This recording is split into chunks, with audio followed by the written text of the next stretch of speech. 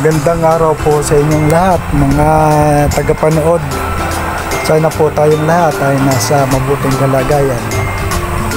At bumabati po ako sa inyo ng maligong bagong taon.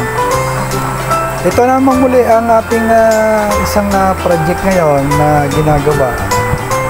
At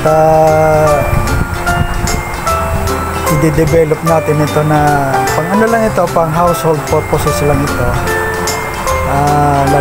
Ilalagay natin doon sa casing na nababagay sa kanya at lalagyan natin ng safety measure to, tulad ng na gagawin natin is splash proof para pag nagsasaing tayo, pag nasa buyan ng sinaing, hindi siya magliliyab ng mataas.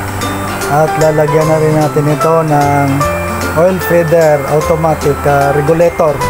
Electronics po ang ilalagay natin dito para mas maganda. At abangan nyo po ang finished product nito na ipapakita ko muli dito sa ating video. At baka sakaling magustuhan ninyo, pwede ho kayong mag-order sa akin.